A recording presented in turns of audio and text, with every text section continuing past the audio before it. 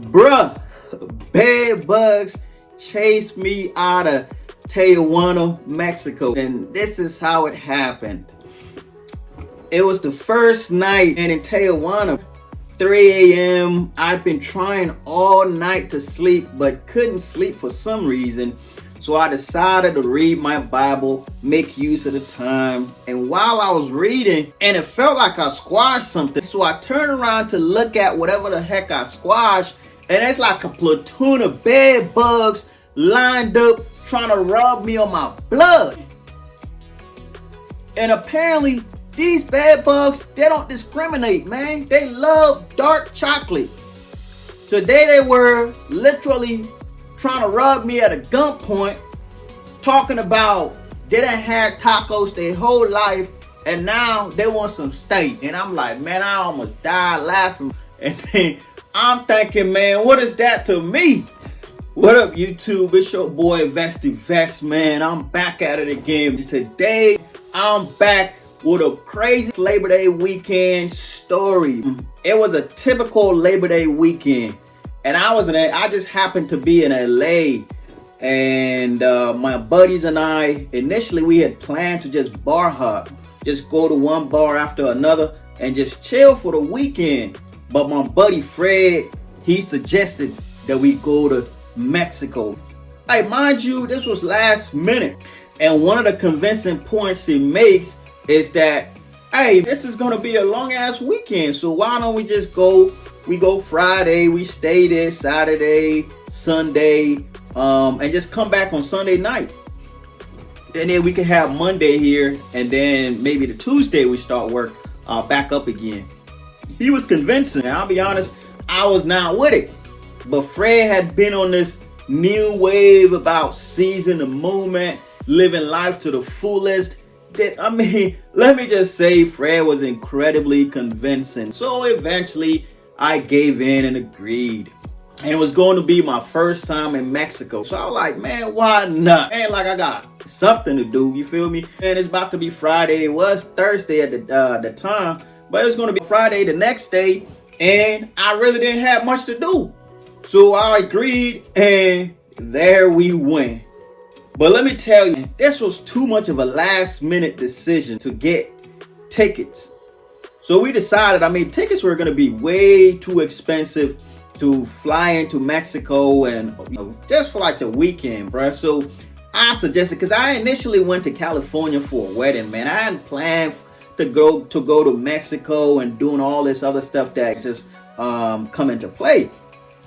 And so we eventually decided that, you know what, we'll just drive down to San Diego and just cross the border from there. So that's what we decided to do.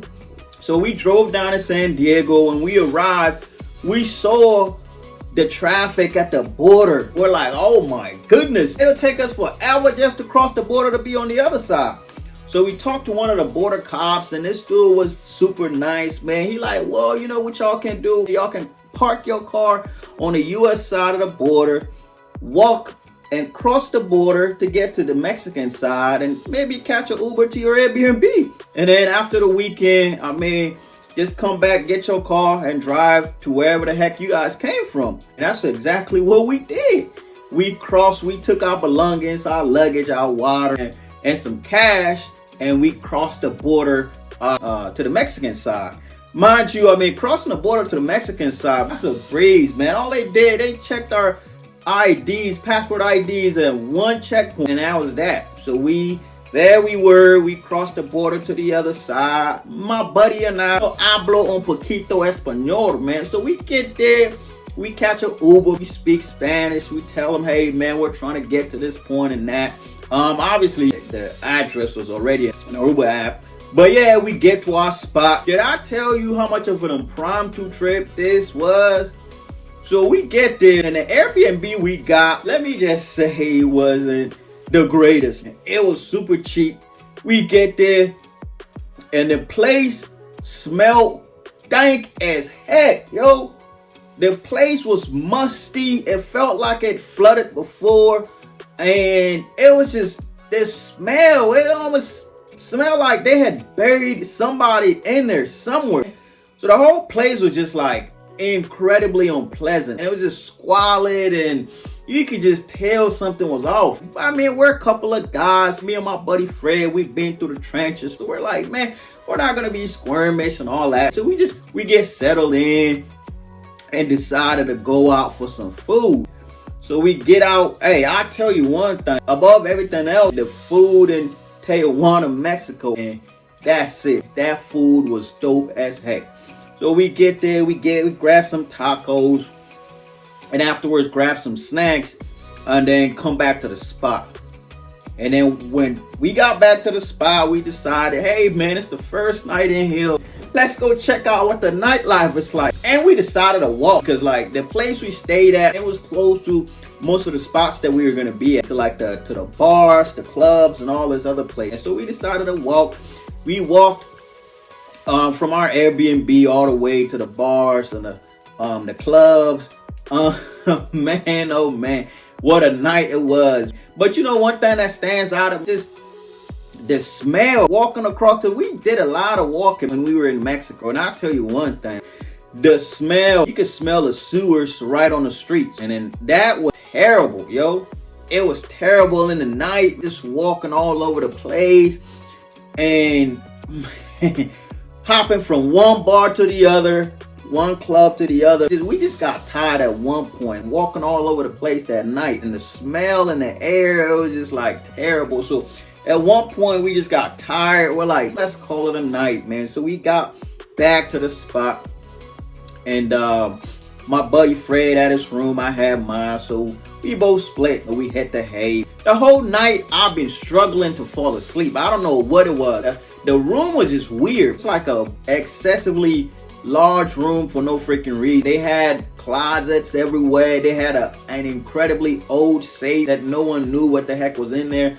And it looked like at any point somebody would jump out of one of these closets or wardrobes, man, and just hop at you, man. So for some reason I was uneasy the whole night and couldn't sleep. I've been trying the whole night to sleep, but for some reason just couldn't sleep. And top that off with the smell all over the freaking place. It was just like terrible, compounding on freaking one thing after the other, man. So for some reason I just couldn't sleep. So about this time, it was about 3 a.m. in the morning, I decided, hey, I might as well make good use of my time while I'm at it, right? Because I've tried for the longest to try to sleep, but still couldn't sleep. So I get my Bible. I'm like, well, I'm in a strange place. I don't know what this Airbnb place has been through. Perhaps you know how many ghosts are somewhere in this freaking room staring at me. Let me just read my Bible. It's like 3 a.m. in the morning too. So I'll get my Bible. I'm on the bed reading, and I think I was turning or something, but I felt like I squashed something. So I turn around to look, and man, oh man, boy, oh boy, man, I see a freaking bed bug staring face to face with me, man. I'm like, the nerve on this freaking bug to be staring at me like that. Look at me right in the eye. So you could tell, man, I sprinted out of that bed, right to the couch. I must have been a Usain Bolt, man. I freaking bolted my ass right to the couch. And I tried to sleep on the couch the whole night, but still couldn't sleep. So the next morning, after, struggling the whole night to sleep, turning and I mean, you name it, bro. I tried every trick in the book to sleep that night, just couldn't sleep. And on top of that, man, the place we got was also like right by the freaking street. It was a really busy street, and there was just motorcycles just passing and speeding by the whole freaking night. And so this is incredibly noisy, and the place itself didn't help. So in terms of how dirty and in terms of the smell, who knows, how many dead bodies they had buried under this freaking place, man. The smell was absolutely deplorable. So I couldn't sleep. The next morning, I told my buddy. Meanwhile, the whole time I was struggling this night, I could hear my buddy in the other room completely knocked the heck out, snoring like a little baby. It's gonna be a long night. But I can't complain. The next morning, I tell my buddy the whole situation. He like, you know what, man, I'm gonna send the Airbnb host a freaking message if we got to get like half our money back or something, because this is absolutely unacceptable. So we did that and decided the next day that we were gonna explore the city and go out for some breakfast. It was a long walk. So we walked all over the place, and along the way to the breakfast place, which was quite distant, we came across a number of places that we sightseeing and took a couple of nice pictures and all this. I mean, you name it. Interesting things along the way. We saw buildings, man, with military grade barbed wires on there, man. The whole time I'm wondering, what the heck are these people doing with military grade barbed wires? Who are they running from? Or who are they hiding from? And then we get to this spot. It's like an incredibly nice view where you can kind of see all the city in the backdrop. And I mean, look at me. I'm the hottest guy in the world out in Tijuana, Mexico. I don't know what the heck happened, but the houses, the buildings, everything caught wind that I was in the area. And then randomly, houses started catching on fire. It was like smoke all over the place. I'm like, golly, wow, like every place, man, just catching on fire randomly because I'm around type shit. But anyway, it was an incredible time. Besides the terror that I had gone through the previous night, it was definitely incredible times with my buddy Fred. So we took some pictures along the way, and that was a stark contrast, man, because along the way you could see some of the incredibly advanced or incredibly developed sites and incredibly developed buildings. And then we also saw incredibly dilapidated buildings, like kind of like the ghetto looking, sort of place. So you can see the stark contrast, man, within the same city. So we make it to the breakfast, and I think I must have had an enchiladas and rice. Man, oh man, that was good. It was great breakfast. We sat there, we enjoyed a meal. Afterwards, we decided, what are we gonna do for the rest of the day? We eventually decided that we were gonna go to this market and just explore the area, see what we could buy. It's more like a market, an outside market, open space in that Zona Rio area, man, and spent way too much time browsing. We browse and browse and browse. Didn't quite know what the heck we were gonna buy. I think we were just like randomly browsing to see if anything will pique our interest, man. But eventually we wandered off into this candy store, and the lady in there, boy oh boy was she finessing, man. She literally wanted to sell us the whole store, man. Everything she touched, she wanted to sell it to us, man. So we bought way too much candy. That's all I'll say, man. So eventually we made it out of the clutches of that store lady, man. And we ordered an Uber. And while we waited for the Uber to come, we decided to take some great pics. It was a great area for pics. We decided to get some great pics. And we made it back to the spot and chilled until it was dinner time. Let me re-emphasize that the food over in Tijuana, Mexico was absolutely delicioso, man. We went out for dinner and the food was great, man. I'm gonna show some shots or some screenshots of some of the pictures we took and the food that we had over there, man. The food was absolutely delicious. So I'll tell you, that's one thing that definitely didn't disappoint. The food was on point. And I'm pretty sure it's probably all of Mexico, man. But Tijuana is where I've been, so that's the only place I can speak on. You feel me? So the food over there, the tacos, the tortillas, the enchiladas, all the food we had over there, man, that was just like absolutely delicious, man. If you ever get a chance to get out there, man, in Mexico, Tijuana, or wherever the heck you find yourself, the food is one thing that's definitely not going to disappoint you, man. But anyways, we made it back to the spot after our dinner. And I just decided, man, after the terror that I had experienced the previous night, that I was not going to put myself through this again. Because mind you, I didn't have any sleep the previous night.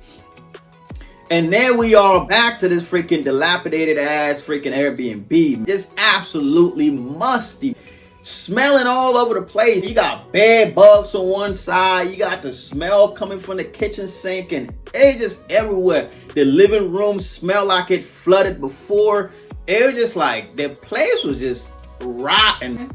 So we sent a second message to the Airbnb host saying that, hey, we know we had booked the place for 3 nights, but we think we're gonna call it quits and get the heck up out of here. So my buddy and I decided to call it a day and decided that, hey, let's make it back to the States, because this place has just been, besides the food, everything has been absolutely unpleasant. So, and I couldn't go through one night without rest, because I knew I wasn't gonna sleep.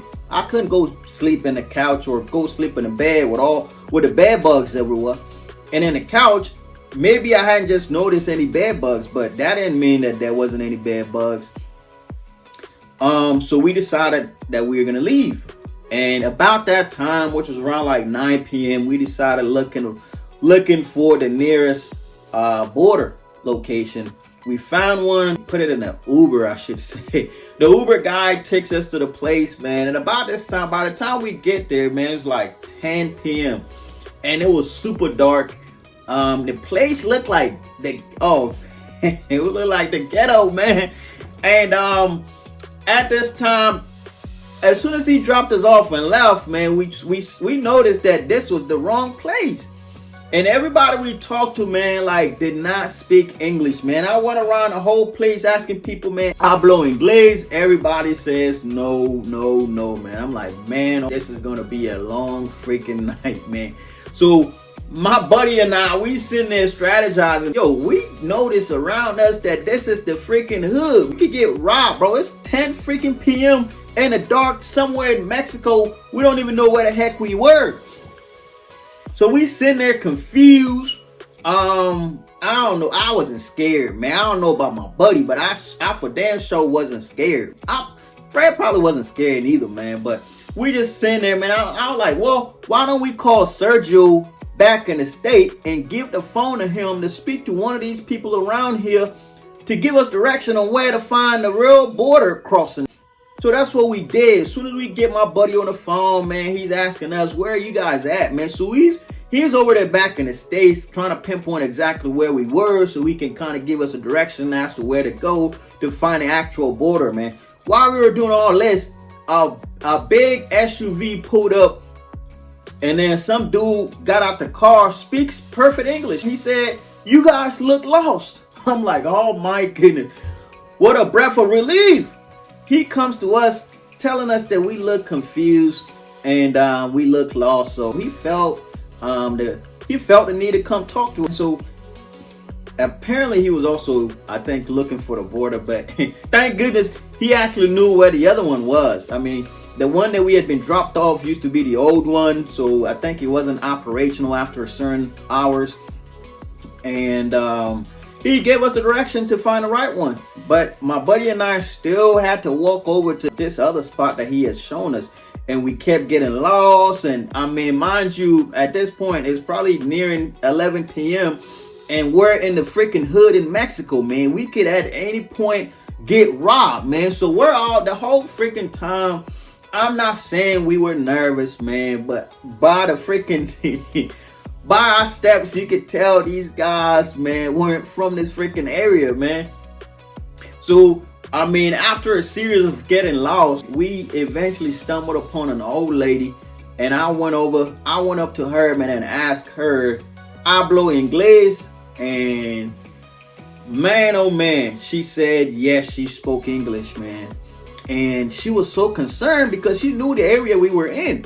I mean, she literally said that this is a bad area. I mean, you guys can get robbed.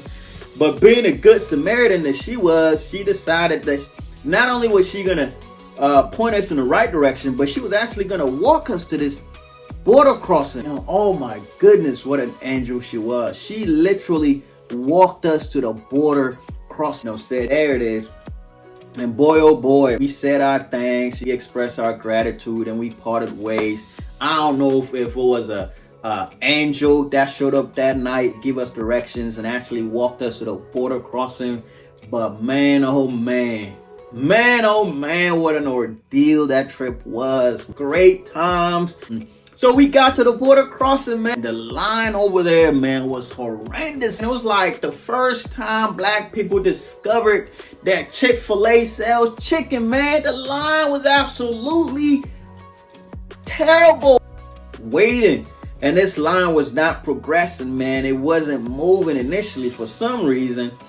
But we waited and waited and waited in the dark and eventually started moving. And the whole time, the Mexican side, as we inched and as we made our way to the US side, you could tell differences, man. Like the smell in the other side was different, man. You had people all over the place smelling the gutter, bro, the air. You just can tell, man, that like a kind of unrest in the air, bro.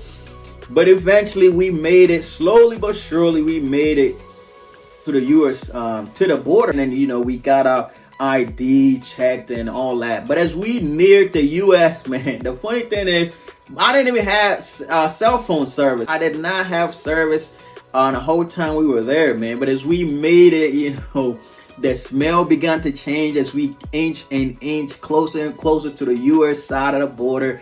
And once we made it, as soon as we made it to the US side, all the unrest in the air, the smell, the sewer smell that you could smell on the Mexican side, it just like dissipated. That all subsided. I finally had a freaking cell service. I'm like, man, oh man. Eventually, bro, I just like the gratitude and the appreciation that we had just to be on the side of the US, man. You could tell my buddy how freaking happy he was. We made it all the way to the front of the line, and the immigration officer, he asked me, so what do I have in these bags? And I looked him right in the, after the night we've been through, man, I looked this dude right in the eye, man, and said, "These nuts, man." Man, I wish that's what I said, man, but that's not what I said. But eventually we made it across the immigration offices, man, and made it back to the US, man. You can see, look at my boy Fred, bro, just like kissing the floor, just absolutely immersed with gratitude, bro. He just like, look at him, man. We just been through a terrible time over in Mexico, man, like ducking and freaking running and getting chased by freaking bed bugs. And now we make it back to the US side. Mind you, we only stayed one freaking night. It was supposed to be like 3 nights, but we stayed one night and we called it. And here we are back to the US side, man. Boy, oh boy, who would have thought that I'd freaking be this grateful, happy to be back in the US again, man. But we made it back. Boy, oh boy, did that experience teach us about gratitude. And my boy Fred, who has been on a wave of just living life to the fullest, we went through an ordeal. It sounded like a mini ordeal, man, but like, yo, that just brought us, you know, much more closer. Walking through the freaking night out in the ghetto, knowing that anything could happen at any moment, and all the great and good Samaritans we encountered along the ways. The person who pulled up in an SUV saying that, hey, you guys look lost, man, giving us directions and helping us. And then the lady that we bumped into decided that she was gonna walk us to the border crossing. I mean, who would have thought? There's still hope for humanity, man. The amount of gratitude that's like in that place, that you can say, oh man, that's like the place, it was in a ghetto. You can say this place is rotten, but even in the midst of that, you can still see the seed of gratitude, the seed of kindness. So wherever you go, don't forget, man, that everyone you meet or everyone you encounter in life, man, has their own challenges. But like, we can learn from each other, and we shouldn't never hold back from helping each other.